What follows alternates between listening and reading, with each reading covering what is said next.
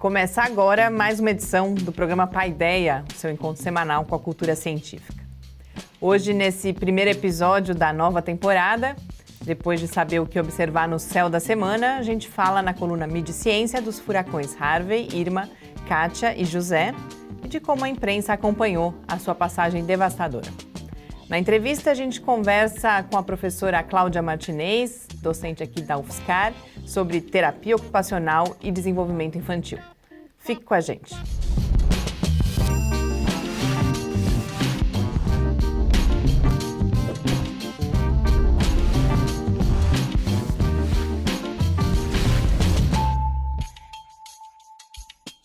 Muito boa noite, é uma grande satisfação a gente começar esse primeiro episódio de uma nova temporada do Paideia, nosso encontro semanal com a cultura científica, uma realização do Laboratório Aberto de Interatividade da UFSCar, o LAB, e do Centro de Desenvolvimento de Materiais Funcionais, o CDMF. O Paideia vai ao ar todas as terças-feiras, às 6 horas da tarde, nas redes sociais e no site do LAB, e agora também de volta à Rádio UFSCar. Para apresentar o Paideia de hoje comigo, já está aqui no estúdio o professor Adilson. Muito boa noite, é bom estar de volta aqui no Paideia. Boa noite, Mariana, boa noite a todos que nos assistem. Sem dúvida nenhuma, estávamos com saudades do Paideia. Infelizmente, o Gustavo não pôde estar conosco aqui hoje nessa retomada, mas ele deixou para a gente as dicas do que observar no céu da semana. Vamos lá conferir.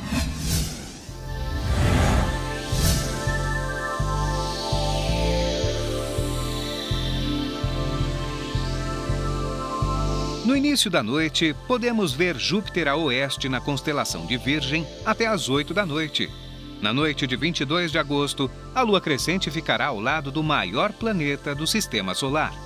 Saturno começa a noite do alto do céu na constelação do Serpentário e fica visível até a meia-noite. De madrugada, aparece Vênus a leste na constelação de Leão a partir das 5 da manhã. Na tarde de sexta-feira, dia 22, acontece o equinócio de setembro, que marca o início da primavera no hemisfério sul e do outono no hemisfério norte. Mapas celestes são representações das estrelas e constelações que constituem documentos históricos. Graças aos mapas antigos, conseguimos reconstruir a história das constelações que reconhecemos até hoje. Uma das formas mais antigas de representação do céu são os astrolábios. Esse instrumento consiste em um disco, geralmente de metal, onde estão gravadas as posições das estrelas mais brilhantes. Por cima do disco é colocada uma máscara móvel, chamada rete. Ao girar essa máscara, os ponteiros da rete indicam as posições das estrelas em diferentes horários e datas. O funcionamento do astrolábio é semelhante ao dos atuais planisférios. A principal diferença é de que a representação das estrelas no astrolábio é espelhada, assim como num globo celeste. Os astrolábios antigos são alguns dos documentos mais importantes da história da astronomia, especialmente da astronomia árabe. Graças a esses objetos, temos registro dos nomes das estrelas que usamos até hoje, como Altair e Hazelget. Os astrolábios foram usados durante séculos para a navegação no mar e na terra. Ao medir a posição de uma estrela brilhante num determinado horário, o navegador conseguia determinar sua latitude. Os mecanismos do astrolábio constituem um dos primeiros instrumentos científicos construídos e influenciaram os relógios mecânicos que surgiriam a partir do século XIII. Exemplares de astrolábios são encontrados em muitos museus do mundo. Se você visitar um museu, procure por um astrolábio e veja como nossos antepassados mediam a posição das estrelas. Até o próximo programa e céus limpos a todos!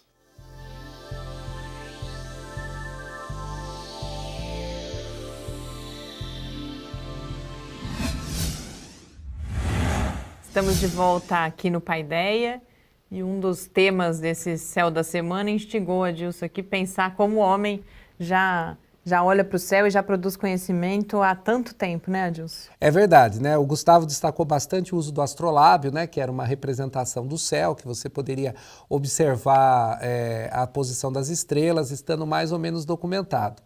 Hoje, talvez, o moderno astrolábio é justamente programas, né?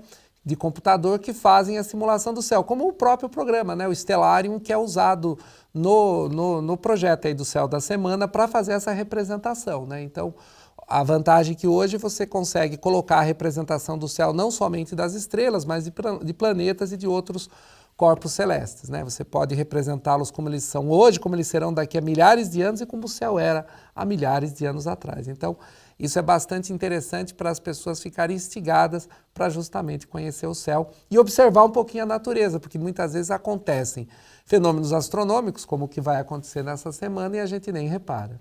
Por sinal, o equinócio é sempre esse que acontece agora na sexta-feira, dia 22, é sempre algo que a gente nos instiga e a gente gosta de comentar, porque tem uma meia-verdade aí que é muito repetida e que no equinócio a gente tem a oportunidade de lembrar que não é bem assim que as coisas acontecem, né? É verdade. Existe um conceito muito difundido, né? Isso está difundido, inclusive, muitas vezes no próprio ensino fundamental, ensino médio, embora hoje os livros didáticos já tomam cuidado, que é a questão de imaginar que o Sol sempre nasce no mesmo lugar e sempre se põe no mesmo lugar. Né? Ensinam as crianças a apontar o braço direito para o lado que o Sol nasce, o esquerdo para o lado onde se põe, então o direito indicaria o leste e o esquerdo o oeste, e na frente o norte e atrás o sul. Só que isso não acontece, isso não é verdade. Único dia do ano, os únicos dias do ano que o Sol realmente nasce no leste e se põe no oeste é justamente no dia do equinócio. Nesse caso, o equinócio da primavera aqui para nós, no hemisfério sul, e o equinócio do inverno, o equinócio do outono para quem está no hemisfério norte. E em março acontece a mesma coisa. Então, se pegar o programa Stellarium, quem quiser pegar, vai fazer isso aí, vai perceber exatamente isso que a gente está falando. Mas, se quiser observar com atenção ao longo dos dias, ao longo do ano, a gente vai vendo que o Sol se desloca muito. Aqui na cidade de São Carlos são mais de 20 graus em relação ao leste e ao oeste.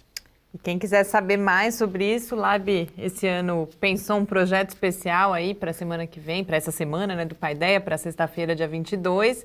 Quem é de São Carlos, fica atento aos outdoors digitais, eletrônicos que estão aí pela cidade, mas você também pode visitar o site que a gente está lançando, que é o www.cardeal.ufscar.br.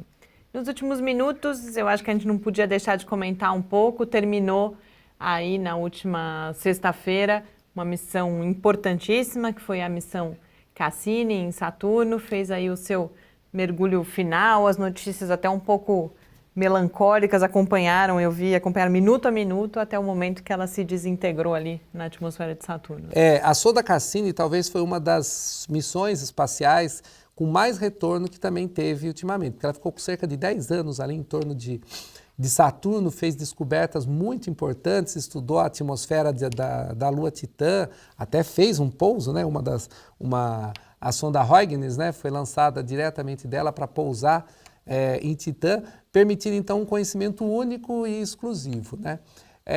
A sonda Cassini era uma sonda muito robusta, muito grande, uma antena muito potente, né? Eles fizeram realmente um projeto bastante arrojado para conseguir entender o famoso Senhor dos Anéis do nosso Sistema Solar, Saturno, né, que é muito rico, né, com muito para aprender. Então foi uma missão bem sucedida e o jogar a sonda lá foi o último suspiro dela, a última chance dela nos mandar mais informações a respeito do planeta Saturno. A missão acabou, mas as informações elas continuam chegando e muitos estudos certamente ainda serão realizados por anos. Exatamente. A quantidade de dados coletados vão levar bastante tempo ainda para ser analisado, né? E além de tudo isso, belíssimas imagens também que a gente teve acesso. Exatamente. O espetáculo de imagens. E se você quiser, então, retomar o Céu da Semana, a apresentação que o Gustavo faz sobre o astrolábio, o que observar ao longo dessa semana, este e todos os demais episódios do Céu da Semana estão disponíveis lá no site do Lab em www.lab.ufscar.br.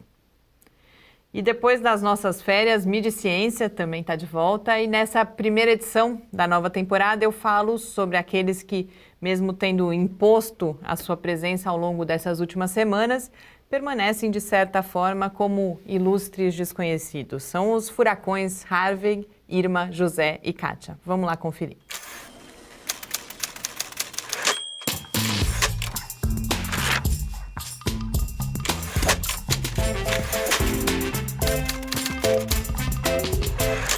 Nessa retomada da mídia e ciência, foi meio que natural olhar para aqueles que dominaram o noticiário nacional e internacional ao longo dos últimos 20 dias. Os furacões Harvey, Irma, José e Kátia. Acompanhando a trajetória dos furacões, eu aprendi quanto transtorno e sofrimento eles podem causar, já que esse foi o foco natural da maior parte da cobertura.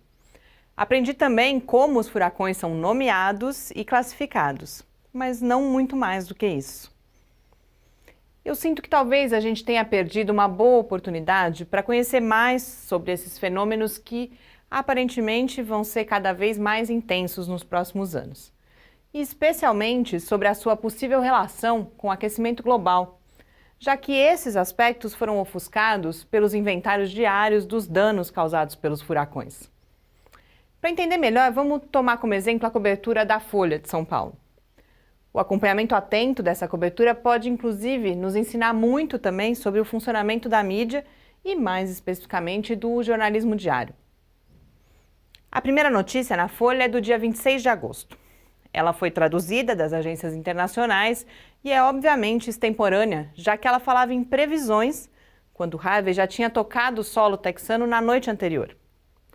E aí, quase de repente, no dia 28, o Harvey virou capa do jornal e do Caderno Mundo, sendo apresentado como o pior furacão dos últimos 50 anos.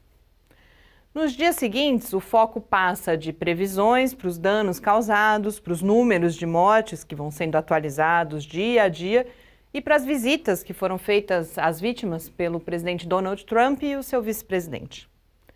Até que no dia 6 de setembro, o Irma começa a ser anunciado, em uma notinha tímida, com o apelido de Depois do Harvey. Olhar essa cobertura em retrospectiva é interessante, entre outros motivos, porque permite que a gente faça a reflexão sobre como a mídia às vezes cria realidades e em outras, como parece ser o caso, demora para conseguir dimensionar e retratar mais fielmente o que de fato está acontecendo. No dia 8 de setembro, o Irma foi para a capa. Mas, aparentemente, foi só no dia 11 que o jornal ficou realmente preparado para a cobertura. As 2 primeiras páginas do Caderno Mundo foram dedicadas ao Irma e, finalmente, a gente viu algumas reflexões sobre possíveis relações com o aquecimento global. A edição trouxe também questões geopolíticas e econômicas, particularmente a comparação entre recursos gastos na reconstrução das cidades arrasadas e o que esses recursos poderiam significar se fossem investidos em tecnologias mais limpas. A Folha retomou essa tese no dia seguinte em um editorial. No Brasil, nada na mídia foi muito diferente desse exemplo da Folha.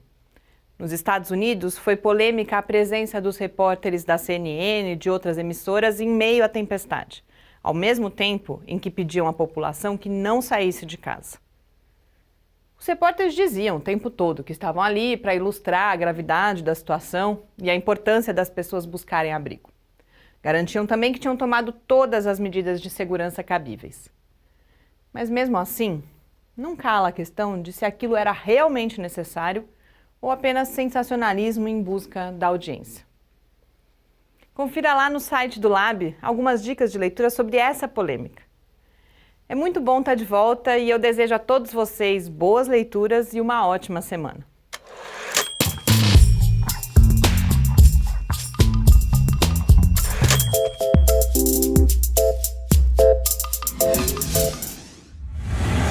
Estamos de volta aqui no Paideia e eu queria acrescentar algumas coisas ao que eu já falei na coluna, porque chama a atenção, de um lado, o número de dias que os furacões ficaram aparecendo no jornal. É lógico que foi algo importante, mas realmente muito perene, 20 dias sem falha. Eu acho que teve um dia que não houve só, é muita coisa. Mas, de outro lado, como a cobertura foi, de certa forma, um pouco repetitiva, é lógico que é fundamental a gente saber o estrago, todas essas vidas que foram perdidas, inclusive, e não só, né, toda a destruição. Mas eu acho que perde-se realmente uma oportunidade para a ciência, pelo menos, de mostrar como ela pode nos ajudar a entender alguns fenômenos. Inclusive, essa questão do aquecimento global que eu coloco não é consenso, ainda há todo um estudo, a ciência climática é muito complexa, mas há, por exemplo, o consenso de que o aquecimento das águas do oceano causa fenômenos desse tipo, no mínimo mais intensos, se não mais frequentes, mas mais intensos.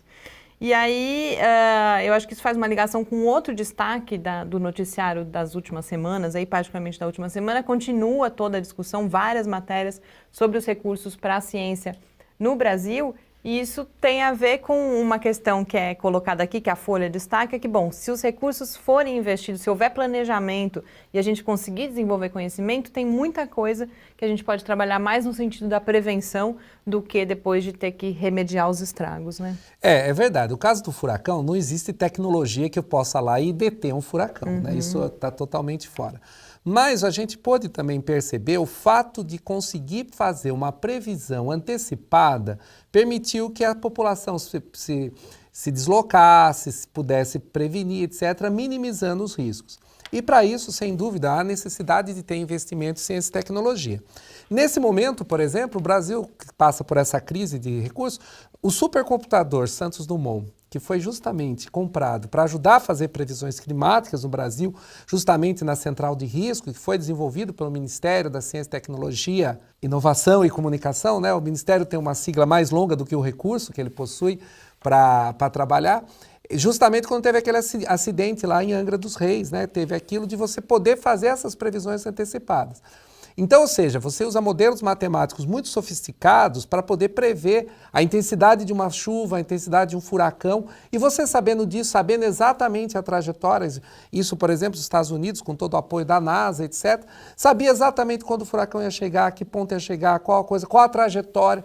Então, ou seja, no caso lá desse último furacão, o Irma, que passou pela Flórida, por acaso eu estava lá nos Estados Unidos nessa semana que passou o Irma, a gente via exatamente, eles sabiam a rota certa e falava, saem as pessoas que estão nesse caminho, etc., estão minimizando prejuízos, etc.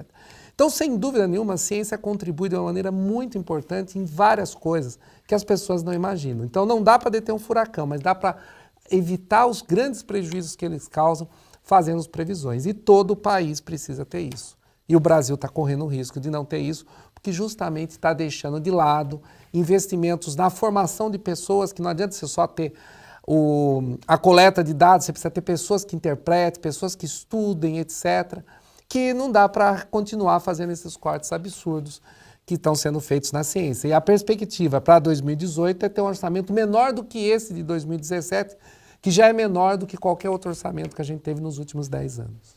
E ainda sobre os furacões, para além das pessoas poderem sair, toda a questão da previsão, tem toda uma discussão que foi feita, por exemplo, esses furacões eles foram muito piores, muito mais intensos do que o Katrina em 2005, que matou muito mais gente. Então você também tem uma questão econômica, né, da própria pobreza da casa, o tipo de casa que as pessoas moravam lá em New Orleans, mas além disso você tem técnicas construtivas, materiais que podem ser desenvolvidos.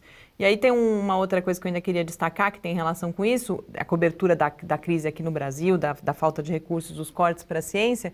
Teve as matérias, muitas matérias, eu já falei isso em outra ocasião, que só falam, tem que ter dinheiro para a ciência, tem que ter dinheiro para a ciência, mas como se fosse natural para as pessoas valorizar isso. E essa semana a gente teve duas matérias que eu acho que foram muito boas, uma do Ayrton Escobar no Estadão, uma outra na Piauí, que vão falar justamente, vão mostrar os grandes destaques da ciência brasileira. Então, o Ayrton, por exemplo, fala de artigos de pesquisas que foram capa da Nature e que tudo isso vai deixar de existir se a gente não investir. Então, acho que é importante a gente concretizar um pouco mais para as pessoas também, sempre que a gente tiver a oportunidade, o que o conhecimento científico pode contribuir para a qualidade da nossa vida, para a sobrevivência no planeta, inclusive, né? Exatamente. As pessoas têm que perceber, principalmente os governantes, as pessoas que estão lá decidindo isso, que ciência não é despesa, é investimento.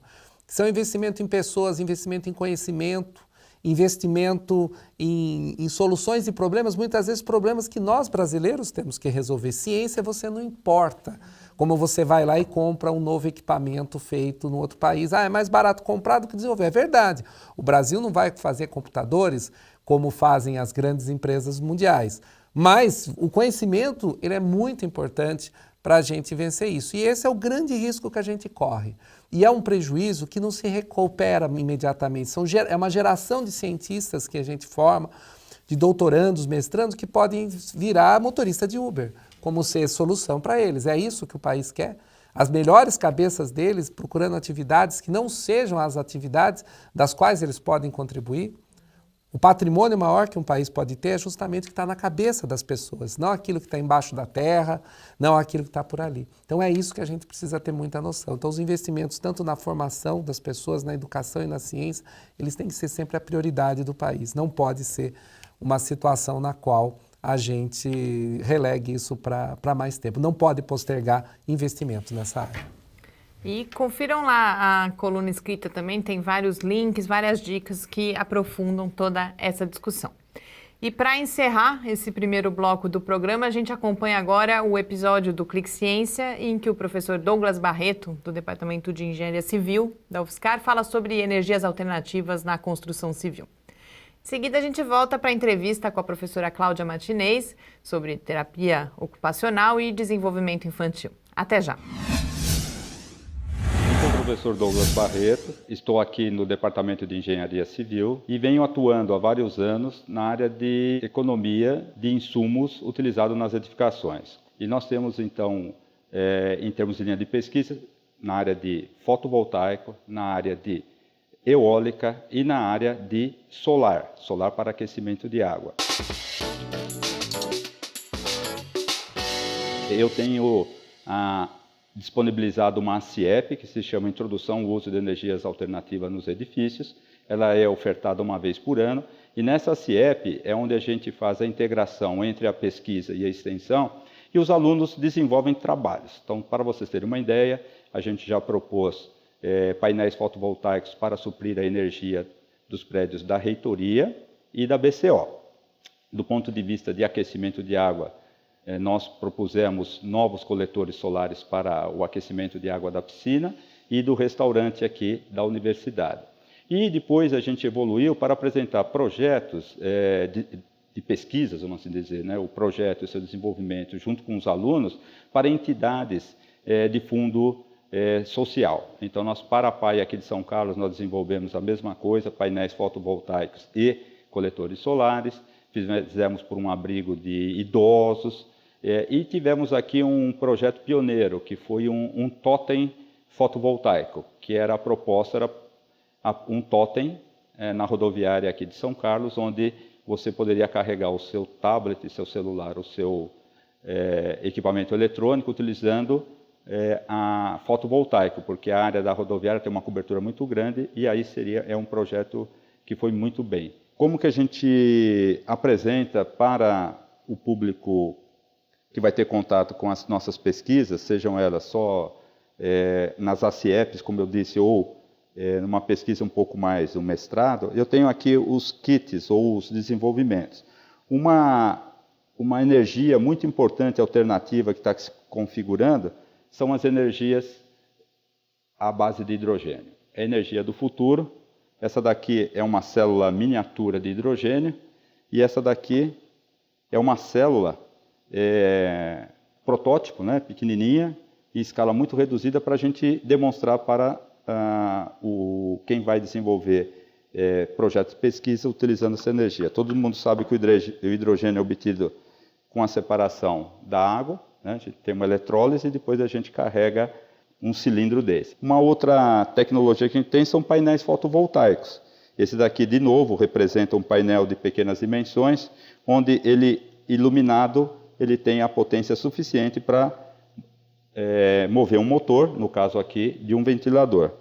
E a próxima energia que a gente tem trabalhado bastante é a energia eólica, onde a gente tem uma miniatura de um aerogerador. Esse aerogerador, ele representa uma escala real, onde eu consigo, pela alteração da paz e pelo ângulo formado de incidência do vento, melhoro a captação. Isso daqui reflete na potência, a potência me dá oportunidade de, por exemplo, acender a lâmpada, vai prover uma energia.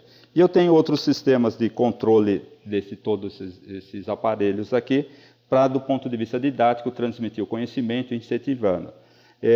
Só fazendo um resumo do uso da energia alternativa, é uma questão de futuro, está ocorrendo, está sendo inserida, e onde que a gente tem? É no meio urbano, e no meio urbano nós temos as edificações. Muitas edificações não foram preparadas para isso, e por isso que a gente pesquisa e atua nessa área das energias alternativas nas edificações.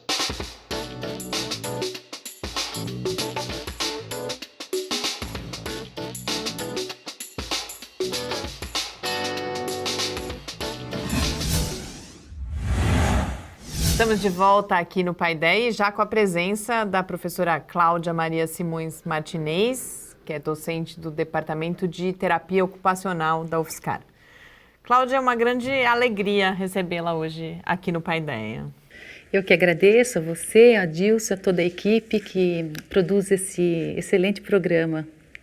E a Cláudia foi também pró-reitora aqui na UFSCar, pró-reitora de extensão, pró-reitora antes de assuntos comunitários e estudantis, e foi uma das idealizadoras e primeira diretora da Unidade de Saúde Escola, que a gente vai ter a oportunidade de conversar aqui um pouquinho hoje também. Mas eu queria começar bem básica, que a gente vai falar hoje fundamentalmente de terapia ocupacional e desenvolvimento infantil, mas talvez a área da terapia ocupacional não seja familiar para a maior parte das pessoas. Então, eu queria que você começasse apresentando brevemente e abordando particularmente esse papel ou possibilidades da área na questão do desenvolvimento infantil. Muito bem. Falar sobre desenvolvimento infantil, para mim, é uma grande oportunidade de poder mostrar aquilo que nós temos conseguido ao longo do tempo produzir em termos de avanço na nossa profissão. Como você disse, a profissão da terapia ocupacional, ela não é muito divulgada ou conhecida por muitas pessoas. E, especialmente, essa oportunidade de poder falar sobre a terapia ocupacional e o desenvolvimento infantil dá, para mim, uma esperança de poder, inclusive, abrir possibilidades de atuação nesse campo, né? A terapia ocupacional é uma profissão do campo da saúde que tem uma interface extremamente forte com o campo social, considerando que as pessoas estão inseridas em contextos de desenvolvimento. E assim, quando a gente pensa no desenvolvimento infantil e na terapia ocupacional, a gente vê a possibilidade de promover o desenvolvimento por meio do cotidiano das pessoas. Basicamente, de uma maneira bastante sintética, seria isso. E como que a terapia ocupacional faz, né, essa inserção, essa inclusão, essa adaptação? Ela faz por meio das atividades, da análise das atividades cotidianas das pessoas. Quando a gente pensa um ser humano, especialmente uma criança, a gente não pode, na verdade, negligenciar que essa pessoa está sozinha. Ela sempre está acompanhada de adultos que são responsáveis pela criança, sejam eles do meio familiar, sejam eles do meio da escola, sejam eles os seus pares, as próprias crianças e suas famílias. Então, é nessa perspectiva de poder considerar a criança como um ser humano inserido num determinado contexto que vem os estudos e as pesquisas que olham as atividades, estudam as atividades e desenvolvem atividades para promover a sua inclusão e promover o seu desenvolvimento. Você mesmo já tocou de certa forma, e o seu grupo de pesquisa trabalha tanto no contexto da vida familiar quanto no contexto do ambiente escolar. E essa, no senso comum, é uma discussão que muitas vezes aparece, às vezes até com bastante coisa equivocada, de que o que seria a responsabilidade da escola, o que é a responsabilidade da família. Queria que você comentasse, então, como que você vê, como que a área da terapia ocupacional vê esses dois espaços, em que eles são diferentes, quais são as particularidades de cada um deles, mas, ao mesmo tempo, eles têm que conversar e como que eles podem conversar, considerando o desenvolvimento infantil, é claro, né? Para poder falar um pouquinho e responder essa questão, eu preciso voltar e explicar qual é a teoria com que eu me apoio, né? Na verdade, todo meu processo de formação, ele foi um processo que se desenvolveu no âmbito da educação, pós-graduação, todo o processo foi no âmbito da educação.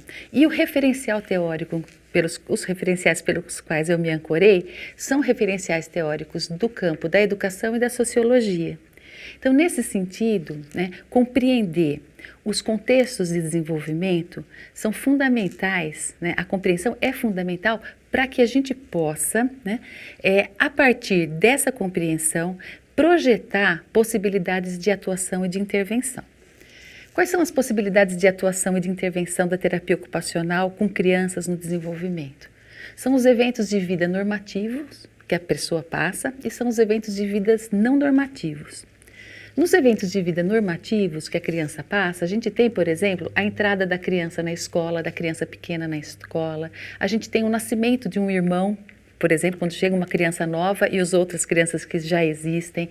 A gente tem nós temos também a viagem de pais, nós temos a ausência, nós temos uma série de eventos no cotidiano que podem trazer algum impacto na vida da criança. Nesses momentos, uma atuação, um cuidado, né, com os adultos que estão, na verdade, próximo da criança, pode ser uma ação efetiva para promover e proteger o seu desenvolvimento, né? Por outro lado, existem os eventos de vida não normativos, né? As catástrofes, né? Hoje a gente está aqui falando, um pouquinho antecedeu a questão, né, dos furacões, as catástrofes, as perdas, a morte, o adoecimento de um membro da família, o adoecimento da própria criança. Esses também são situações, essas são situações em que a terapia ocupacional também pode atuar. Como? A partir do relacionamento com os adultos que estão próximos dessas crianças, tanto num contexto quanto no outro, ela pode promover ações de proteção, né? Vou falar um pouquinho de um dos trabalhos que a gente teve. Nós já desenvolvemos alguns trabalhos nesse campo, tanto no campo da proteção, da promoção, como no campo da reabilitação, e acho que a oferta de um exemplo talvez deixe mais claro. A gente tem crianças, por exemplo, que têm o chamado TDC, que é transtorno do déficit da coordenação, né? Transtorno da coordenação. Essas crianças, muitas vezes, elas têm uma vida normal. Elas andam, correm, brincam, conversam, falam, mas tem alguma coisinha que faz com que elas não vão bem no desenvolvimento do modo geral. Por exemplo, são conhecidas como crianças desastradas, que batem, caem, né? Que não prestam muita atenção, que correm, isso tudo leva a um impacto, muitas vezes, na produção, no desempenho acadêmico dessa criança, né? Paralelamente a isso, em casa, os pais sentem que alguma coisa não vai muito bem, né? Então, o que a gente percebe? Os ambientes majoritariamente que a criança frequenta são a escola e a família, ainda que ela possa frequentar outros lugares.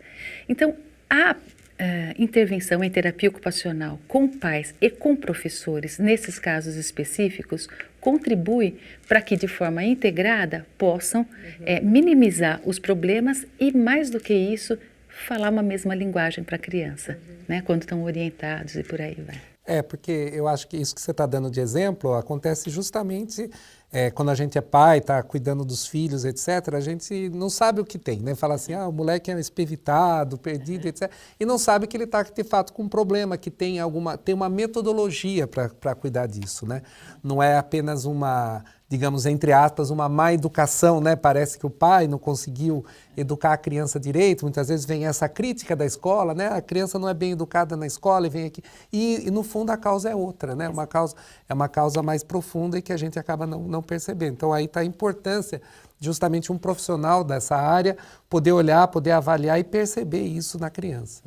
Exatamente. O Adilson deu um exemplo muito interessante que nessas situações de conflito, onde às vezes a família interpreta que a criança tem um determinado problema e a mãe ou o pai, ou seja o responsável, a avó muitas vezes, não percebe com a mesma intensidade, é onde muitas vezes gera conflito. Quando a escola percebe que há um problema e a família, por exemplo, não percebe com a mesma intensidade. Ou vice-versa. A família diz que a criança tem um problema e a escola muitas vezes minimiza, fala que mais ou menos todo mundo é assim e tal.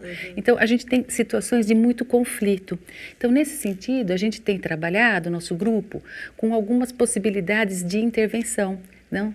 Então, são os programas de intervenção que a gente tem gerado. Esses programas, na verdade, visam, em alguns casos, né, que a gente já orientou mestrado e doutorado, produzir tecnologias para que essas pessoas possam, né, utilizá-las no cotidiano com as crianças. Então, são programas para professores que muitas vezes não têm a instrumentalização, precisam, né, de dicas de como poder intervir com a criança, mas a gente tem também um dos programas desenvolvido por uma orientanda, Renata, ele trabalhou na interface família-escola.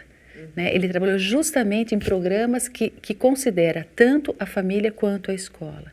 Um programa mais recente, depois a gente pode falar um pouquinho mais à frente, é um programa também de tecnologia assistiva que a gente está desenvolvendo.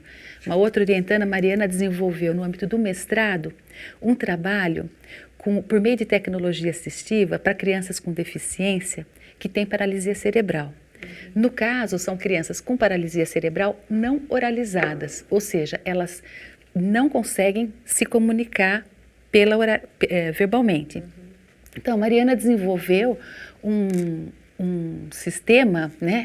Na verdade, a gente fala uma prancha de tecnologia assistiva, onde no contato com a mãe explica quais são as palavras que seriam palavras-chave para a comunicação com a criança. Por exemplo, água, dor, TV, determinado programa da TV que é infantil, que a criança quer que ligue, alguma coisa assim, banana, algum alimento ou banho. Então, a mãe, junto com a terapeuta, desenvolveram qual é o repertório que seria um repertório-chave para que a mãe pudesse estimular na criança algum tipo de resposta.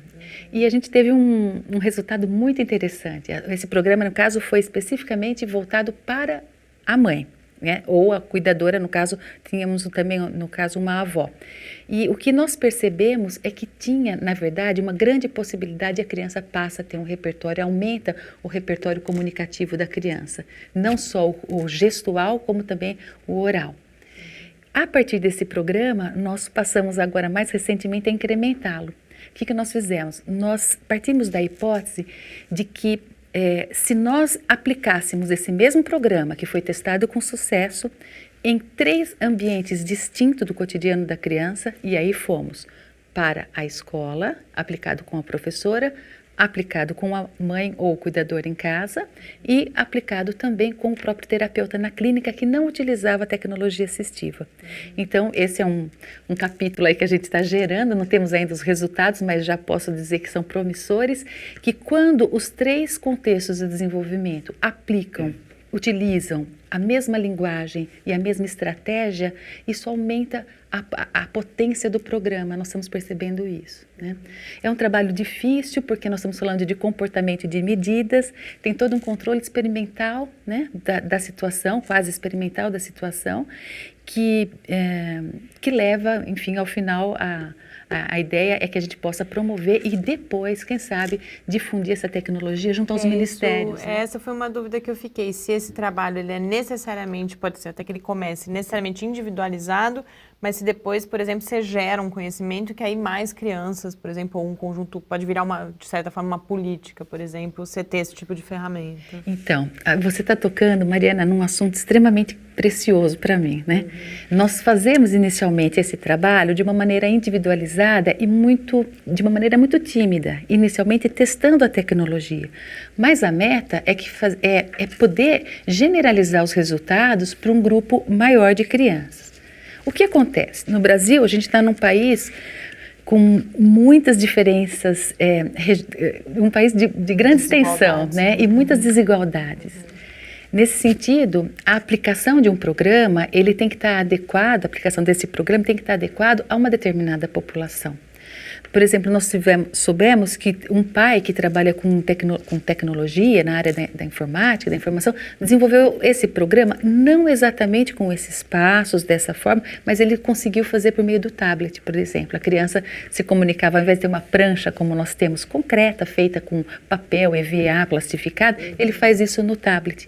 Então, o que nós estamos começando a perceber? Que é uma tecnologia que pode ser generalizada, resguardada, as especificidades de cada família, de cada contexto.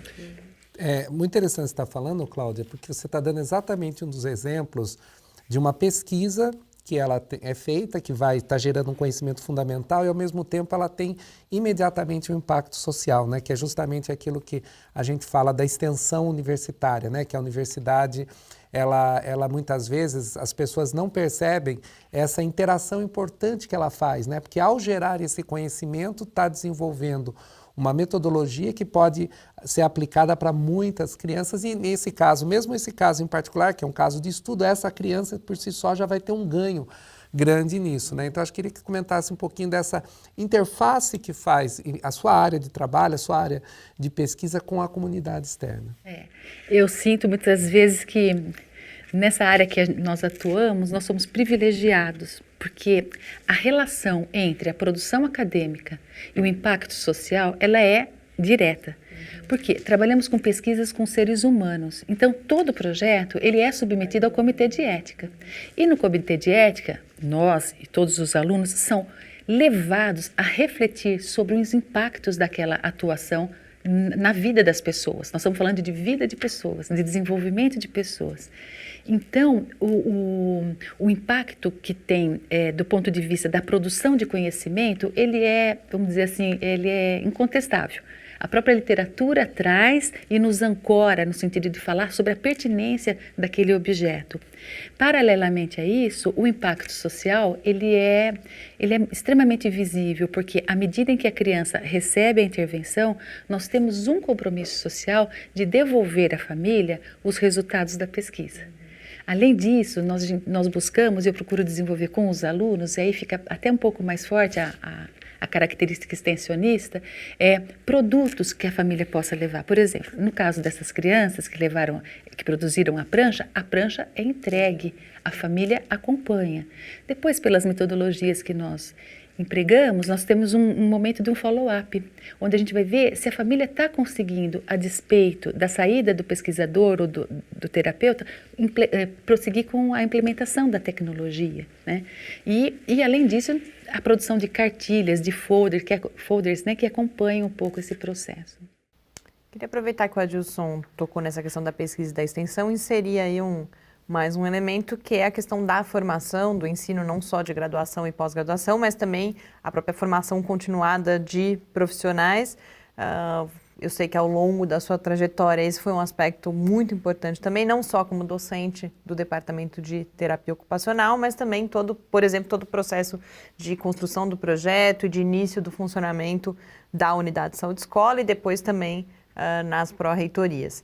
Eu queria que você falasse, então, um pouco sobre ou a gente falou de pesquisa, de extensão, eu acho que necessariamente a gente vai falar da formação em diálogo com a pesquisa e a extensão, mas particularmente eu queria que você falasse da formação do profissional da área da saúde e do que você vê como papel, como importância e também como principais dificuldades e desafios dessa interação entre os serviços públicos de saúde, de educação e a universidade nesse processo de formação de pessoas.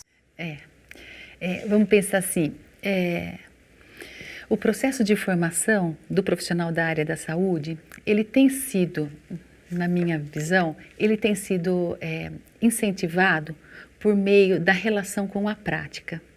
Não se tem dúvida mais sobre a importância de se inserir o estudante da área da saúde em contato com as práticas que acontecem desde o início da sua formação.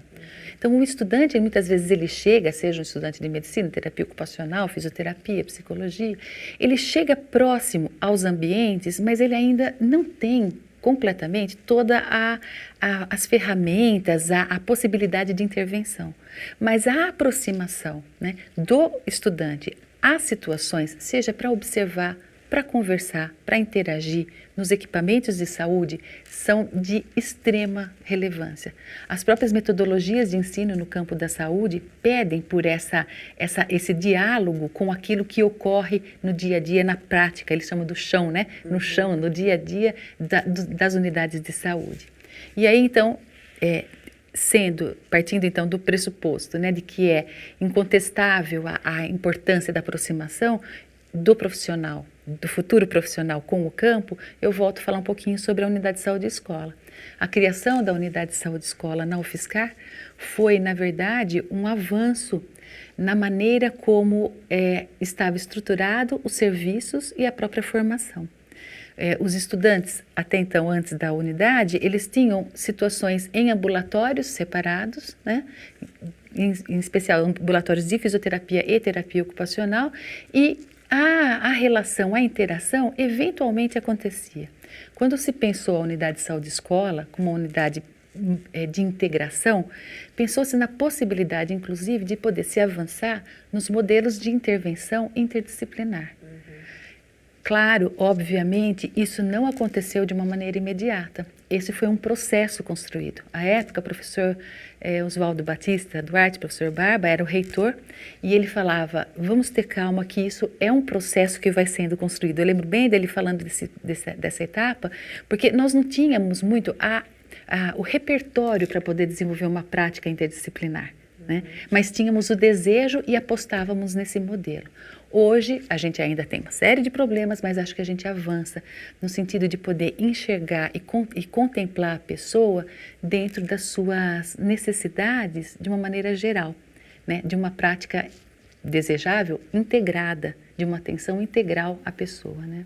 A gente vê nisso, você começa, por exemplo, falando da formação do profissional da saúde, eu acho que a gente chega numa produção de conhecimento, numa produção de saber de como atuar de uma forma diferente. Então, acho que mais uma vez a gente vê essa necessária relação entre a formação, a pesquisa, de certa forma, porque você está produzindo conhecimento, e a extensão, porque na USE, por exemplo, também se está atendendo pessoas. Exatamente. Né?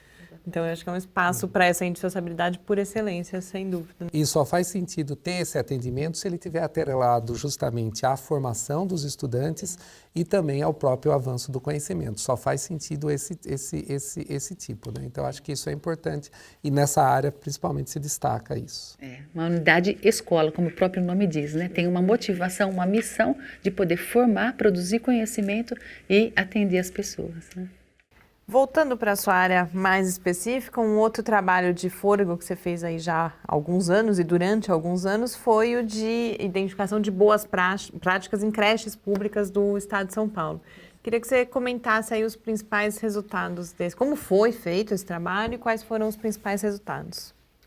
Muito bem, esse trabalho, eu preciso iniciar dizendo que é um trabalho que foi apoiado pela FAPESP e pela Fundação Maria Cecília de Souto Vidigal. Isso faz toda a diferença numa agência, né, em agências que têm apostado na promoção do desenvolvimento, particularmente na promoção do desenvolvimento na primeira infância. Então, foi uma grande alegria poder trabalhar com essas duas agências e poder concluir esse projeto, na minha visão, com êxito. Esse projeto, na verdade, ele parte de uma premissa. Ele parte da premissa de que o Estado de São Paulo é um estado relativamente privilegiado em relação à produção de conhecimento no campo da educação infantil, né? Nós conhecemos as outras situações ao longo do Brasil em que os estados não têm ou não estão não contam com universidades que produzem conhecimento em educação infantil de uma maneira tão próxima. Claro que tem a produção, mas o Estado de São Paulo ele tem universidades, né, que se dedicam a esse estudo.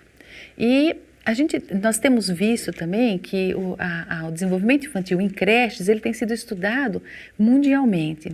Tem uma contribuição muito importante das creches que compõem os países nórdicos, mas é uma relação completamente distinta daquilo que a gente vive no dia a dia. Mas muito conhecimento tem também, que já foi produzido no Brasil sobre creche. Então, a partir de uma revisão de literatura extensa que eu realizei antes, eu notei que eu identifiquei uma lacuna que talvez pudesse nos ajudar, que seria a de poder identificar quais eram as práticas bem-sucedidas no estado de São Paulo.